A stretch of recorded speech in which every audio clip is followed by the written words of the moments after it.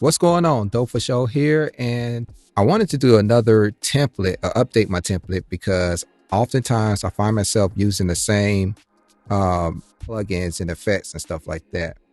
So instead of just going to every new session and pulling up and looking for the same plugins, I figure why not just have a template with everything that I think I might use and have it already set up. So that's what I did. So this is my new template. So I also modified my template a little bit too. So I kind of simplified it. So here, these are my sampler tracks. So I use Serato sampler. So here's Serato sample. I like to have a tool here so I can do any automation, mute automation or whatever. I like to write it in using the tool. So I don't like to mess with the mute. Well, I'm trying to get away from that. I have my dynamic plugin. I have split EQ, and I have other VSTs that I think I might use. So Tantra, Shaperbox Tool, Halftime. And I have that for all of my sampler tracks. So I also have, this is another sampler track, CR8. I just did a video on this sampler previously. So go ahead and check out that video. I use the native sampler from Bitwig. I have a granular sampler. It's called Quanta. I like using that. And then sometimes I just like dragging in the audio. So that's why I have a loop track. They're all set up the same way. So moving on to instruments. So I have Scalar set up. So this is like my first plugin. I like to use Scalar. Sometimes I might build a chord progression using Scalar. Sometimes I might not. I just have it turned off. And then I use note transpose. So in case I want to do a global note transpose, I don't have to go into the clip and make changes. I could just do a global transpose.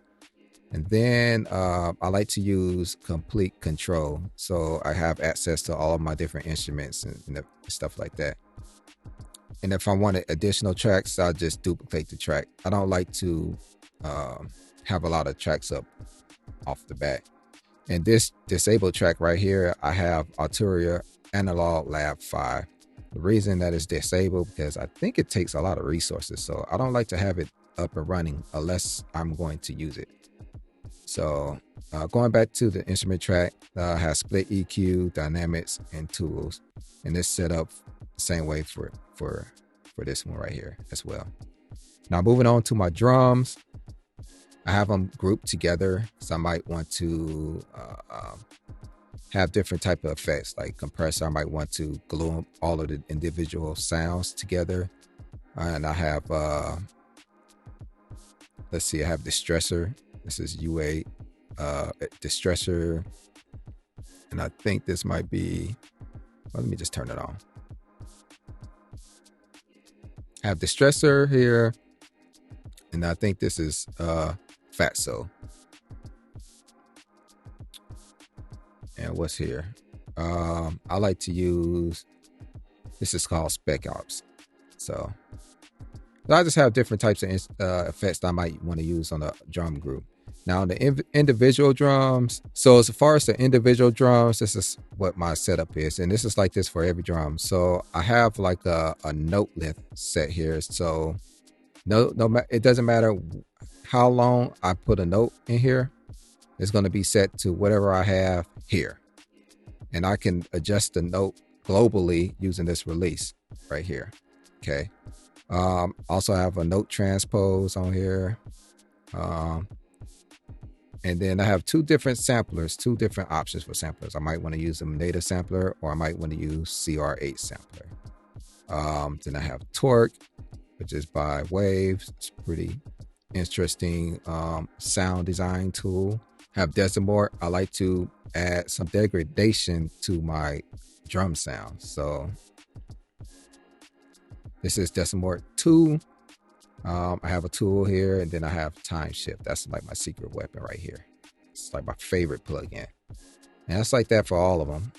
same type of setup. But then I have my Vox track. So if I'm recording vocals from the microphone, I like to use Epic, CLA Epic, and then I like to use Guitar Rig.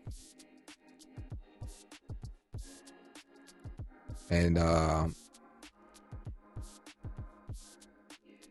sometimes I might add some tuning in here. So I might add, in fact, I'm just gonna add that here and save that as the preset. But if I wanted to do like some auto tune type stuff, Waves Tune real time. That should be as part of my my setup. Here I have quick drums. I don't have anything set up on this track too much other than time shift and tool, because I don't really use this as often. I'm not doing that right now. Sound effects, I don't really do much on there yet. And sweeping, so my sweeping tool, see, I have like the riser. So don't really need any additional effects on here. I have my tag track. I don't have effects on there. And then here's another Vox track, which I really don't need. So I can just delete that. And here's my 808 instrument track. So it's set up like my drum track. And so I have note length, note transpose. Then I have Sublab, which I like to use. And then I have a tool and then time shift. And then this right here was ADSR sample manager tool. But I don't think I'm going to use this too much anymore. So I don't think I'm going to use that. So I'm going to delete that. So this will be my new setup. So let's say I want to go ahead and save this as a new template.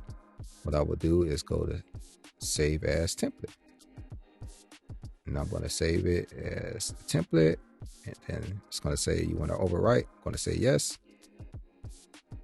And this is my new template. So now when I close it, go to a new one.